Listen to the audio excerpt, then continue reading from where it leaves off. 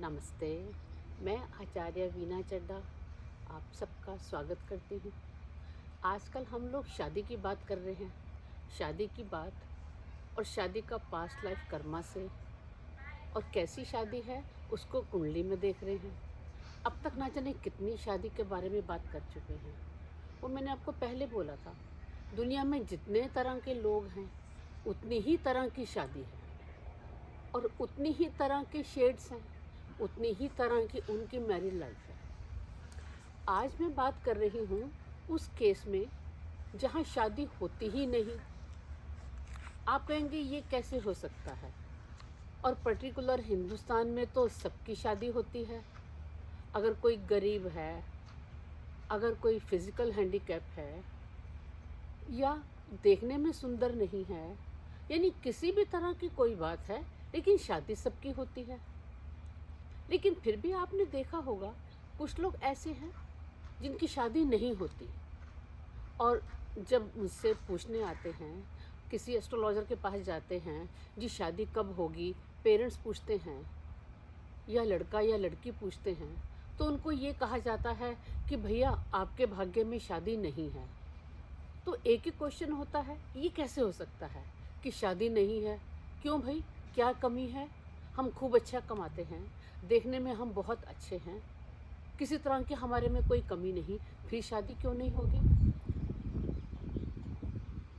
शादी तीन तरह के लोग हैं जिनकी नहीं होती। एक तो वो लोग जो कि एबनॉर्मल हैं, किसी भी तरह से कोई उनमें डिसेबिलिटी है, उनकी शादी नहीं होती।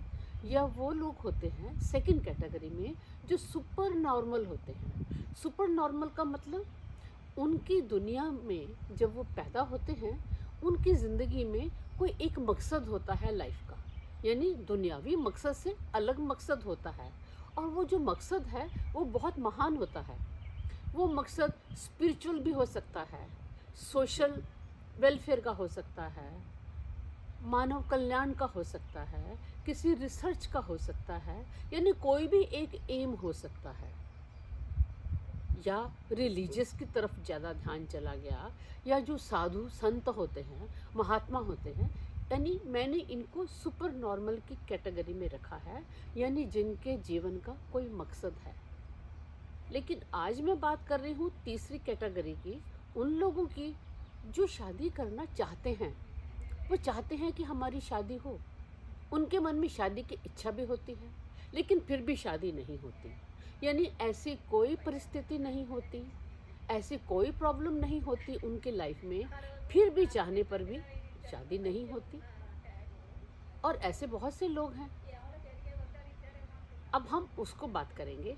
सबसे हम पहले देखेंगे कि कुंडली में ऐसा क्या कॉम्बिनेशन है जिसके कारण ये पता चले, जिसको कुंडली को देखते ही पता चलेगा कि ये व्यक्ति, लड़का या लड़की, अविवाहित रहेगा।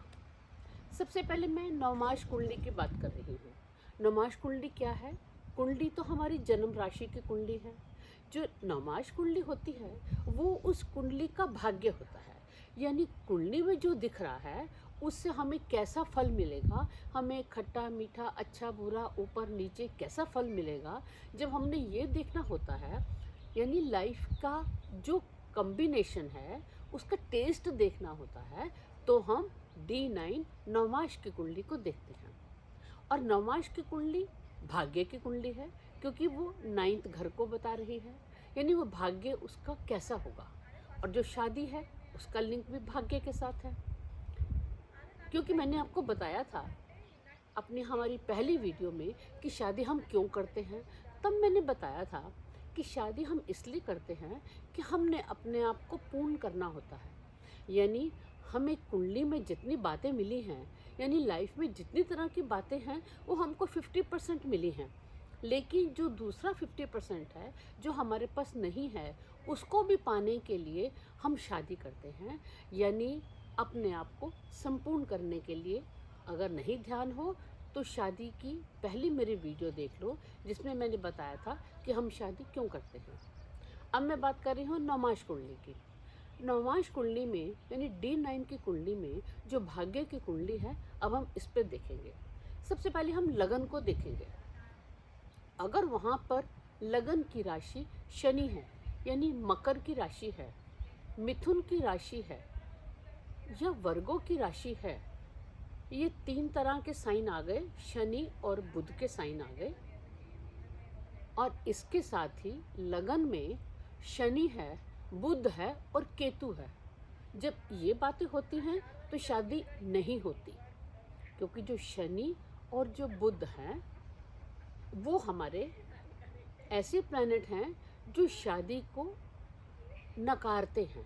यानी जब ये दोनों हो गए, बुध आ गया, शनि आ गया, केतु आ गया, तो वो शादी को बिल्कुल ही ना कर देंगे कि शादी नहीं हो सकती। लेकिन इसमें एक कंडीशन है, अगर शनि की राशि है, मकर है या मिथुन है या वर्गो है, यानी शनि और बुध का है, अगर शनि और बुध उस कुंडली में शुक्र के साथ संबंध बना लें या राहु के साथ संबंध बना लें, यानी वो हमारी वृषभ राशि में चले जाएं, वीनस में चले जाएं, एक्वेरियस में चले जाएं या शुक्र और राहु के साथ जुड़ जाएं, और साथ ही शुक्र और बृहस्पति का आपस में संबंध बन जाए, तो अगर लगन शनि और बुध का भी है तो भी शादी हो जाएगी। अब उसका टेस्ट कैसा होगा, रिजल्ट कैसा होगा, वो एक अलग बात है जो हम कई और वीडियो में देख चुके हैं, समझ चुके हैं। लेकिन अगर उनका संबंध बन जाता है, शुक्र और बृहस्पति, जुपिटर किसी तरह से शुक्र को, क्योंकि शुक्र शादी का प्लैनेट है, राहु एक इच्छा का प्लैनेट है, अगर शुक्र का को बृहस्पति देख लेता है, जुड़ जाता है, उसके साइन में हो जाता है, संबंध बन जाता है, तो शादी अवश्य होगी। कैसी होगी उस पर हम बात नहीं कर रहे। लेकिन अगर वो संबंध नहीं बनता तो शादी बिल्कुल नहीं होगी, चाहे आप कितने भी एफर्ट क्यों ना कर लें, लेकिन शादी नहीं होगी। अब हम इसी बात को, ये तो हमने नवमाश कुंडली में देखा, यानी जो हमारी जन्म कुंडली का जो संबंध है में जो प्लैनेट की पोजीशन है, उसका रिजल्ट कैसा आ रहा है। लेकिन जब ऐसा रिजल्ट है तो इसका मतलब है कि हमारी लगन कुंडली में भी, जन्म कुंडली में भी उसका सीड, क्योंकि जन्म कुंडली तो सीड है, उस जन्म कुंडली में भी कुछ ना कुछ ऐसा कॉम्बिनेशन होगा। हम उसको देखते हैं। आइए अब जन्म कुंडली को देखते हैं। अगर जन्म कुंडली में जुपिटर जहाँ भी बैठा है, जुपिटर के 2nd घर में या जुपिटर के 4th घर में, अगर दोनों में 2nd और 4th दोनों में या तो मंगल और शनि बैठा है या मंगल और शनि कहीं से भी देख रहा है, तो शादी कभी नहीं हो सकती। दोबारा से सुनिएगा, बृहस्पति के 2nd और 4th घर में अगर मंगल और शनि या तो बैठे हैं, शनि और मंगल की राशि की बात नहीं कर रही, वो खुद बैठे हैं या अपने एस्पेक्ट से, जैसे कि मंगल का 4th एस्पेक्ट है, 7th एस्पेक्ट है, 8वां एस्पेक्ट है, और शनि का 3रा एस्पेक्ट है, 7th है और 10th है। अगर वो एस्पेक्ट से देख रहे हैं तो उस कुंडली में शादी नहीं हो सकती। और इसके साथ ही 7th घर में भी हमारा किसी तरह से बुध और केतु का भी लिंक होगा, जरूरी नहीं है लेकिन हो सकता है। जब ऐसी बात होती है तो वहाँ शादी नहीं होती। अब आप पूछेंगे ऐसा उन्हें क्यों मिला, उनकी कुंडली में ऐसा कॉम्बिनेशन क्यों आया। अब हम उसको देखते हैं। जब भी इस तरह का कॉम्बिनेशन है उसका एक ही कारण है, और वो ये कारण है, पास्ट लाइफ में उन्होंने माँ के साथ अच्छा व्यवहार नहीं किया, माँ की सेवा नहीं की, यानी माँ के साथ उनके अच्छे संबंध नहीं थे। माँ की बात मैं क्यों कर रही हूँ, क्योंकि जो माँ है वो हमारे सब सुखों को देती है, और माँ की सेवा ना करने पे, माँ का दिल दुखाने पे, माँ का कर्ज होने पे, क्योंकि हर माँ यही चाहती है कि मेरे बाद मेरे लड़के या लड़की को जो सुख मिलना है वो उसके स्पाउस से मिले, तो उस समय उसको वो सुख नहीं मिलता। जब मैंने बोला था जन्म कुंडली के 2nd और 4th घर में, 2nd घर परिवार का हो गया, फोर्थ घर हैप्पीनेस का हो गया, फोर्थ घर माँ का भी है, हैप्पीनेस का भी है। यानी जब उस हैप्पीनेस में मंगल और शनि का संबंध आ गया, शनि और मंगल द्वंद्व आ गया, एग्रेशन आ गया, लड़ाई आ गई, तो वहाँ शादी नहीं होगी। और दूसरा, 5 जन्म में उनका किसी के साथ कार्मिक अकाउंट ही नहीं बना। कार्मिक अकाउंट का क्या मतलब है? हम कहते हैं ना, मैंने बताया था आपको अपनी पिछली वीडियो में कि हमारी शादी किसके साथ होगी, ये हमारा एक ऋणानुबंधन होता है, ऋण का बंधन होता है। यानी एक ऋण होता है जो हमें चुकाना होता है। वो ऋण अच्छा भी हो सकता है, खराब भी हो सकता है। इसीलिए स्पाउस अच्छा भी मिलता है और हमें ना पसंद आए ऐसा भी मिलता है, क्योंकि उसके साथ जो हमारा संबंध है, जो उसने हमारे साथ किया या हमने उसके साथ किया, अब उसको चुकाना है, वो अच्छे के रूप में भी, खराब के रूप में भी, तो वो ऋणानुबंधन होता है। और जिसके साथ ऋणानुबंधन, जिसके 6th घर के साथ, 6th लॉर्ड के साथ अपने स्पाउस का 7th या लगन के साथ लिंक बन रहा होता है, उसको हम ऋणानुबंधन कहते हैं।